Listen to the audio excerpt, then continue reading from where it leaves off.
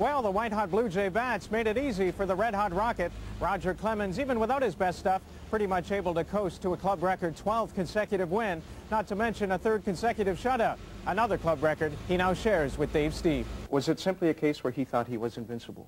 You got to remember, he was the only constant. Players came, players went. Al Eagleson was there from 1967 to 1991. And as for Michael, well, he was so upset he chose not to talk to the media. But you can bet team management will have something to say before long about a possible suspension for Rodman. And our next guest, Rob Sinclair, is live with Bobby Orr. Rob?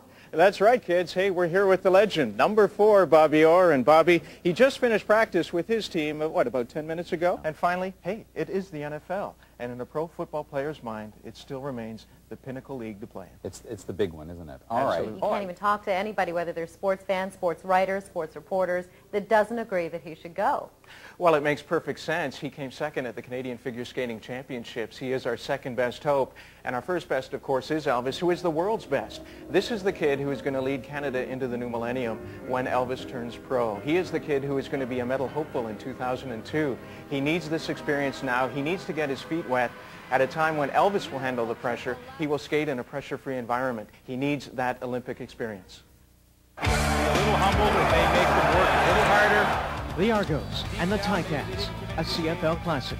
Beat the Argos. That's what you're going to hear in Steeltown and Hamilton. And we hate Hamilton. There's no two ways about it. Especially come Labor Day. This is why you play the game. I mean, next to the Grey Cup, next to the playoffs, this is our biggest game of the year every year. And therein lies the essence of this rivalry. Here in Hamilton, Ticat fans abhor the Argos and their big city bluster. Whereas here in Toronto, Argo fans have no sympathy for Steeltown's small-town sensibility. I guess that's just how it is, you know, anywhere you go, you know, the little cities feel like that they're overlooked, and the big cities, you know, just take everything for granted. But the fact is, they don't.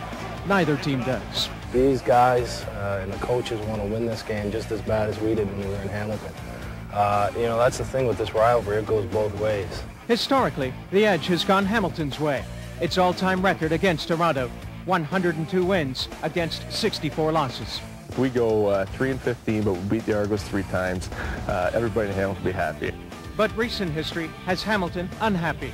The Argos have won 7 straight against them.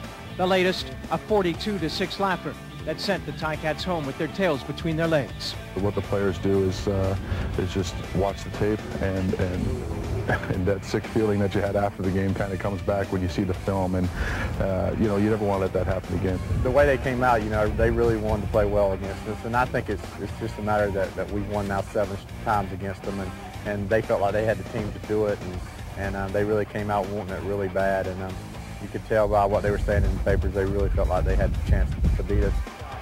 Second down, Bell from the shotgun. Under pressure again, just slings it towards the end zone for Clemens.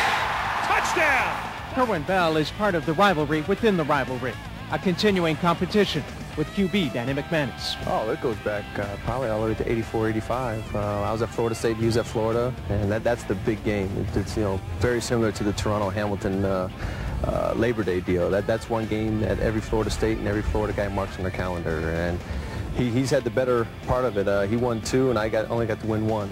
What's more, both teams have players who have played for both and get pumped up by the prospect of payback. That just makes it that much exciting, and that's why we try to, you know, go at each other. When the Labor Day game comes, you're going to see some good hits because we're going to try to knock each other out. I guess it's a little bit of a joke since I've been here. You keep your helmet on and don't stand too close to O'Shea when you're on the bench. So.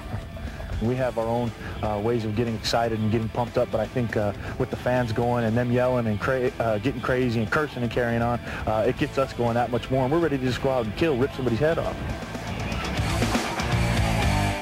Well, the Raptors missed much more than Marcus Camby and Gary Trent this afternoon. They missed layups, they missed jams, they missed jump shots. You name it, they missed it.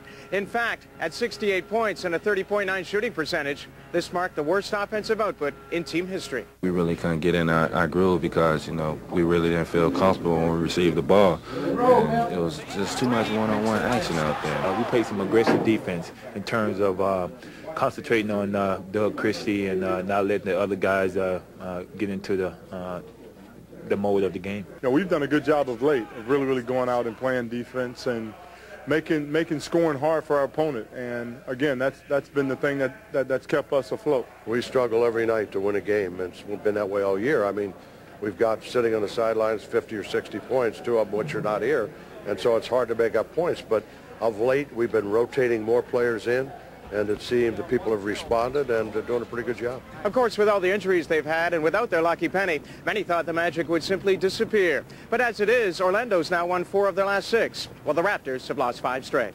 At the Dome, with the lights going down, I'm Rob Sinclair for Sportsline.